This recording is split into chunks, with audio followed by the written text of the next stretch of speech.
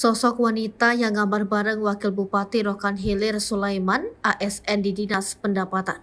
Kabar Wakil Bupati Rokan Hilir Provinsi Riau Sulaiman yang tertangkap basah ketika sedang gambar bersama seorang wanita viral di media sosial. Sosok wanita ditemukan anggota kepolisian ketika menggerebek hotel mewah di wilayah Pekanbaru Riau pada Kamis 25 Mei malam itu adalah seorang aparatur sipil negara.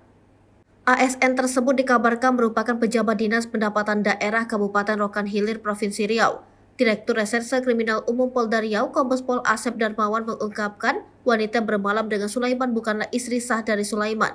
Wanita tersebut adalah bawahan Sulaiman di Dinas Pendapatan Daerah dengan inisial DRS. DRS diketahui menjabat sebagai Kabid Pengendalian dan Penerimaan di Dinas Pendapatan Daerah Rokan Hilir. Polisi saat ini terus melakukan investigasi lebih lanjut terkait kasus tersebut.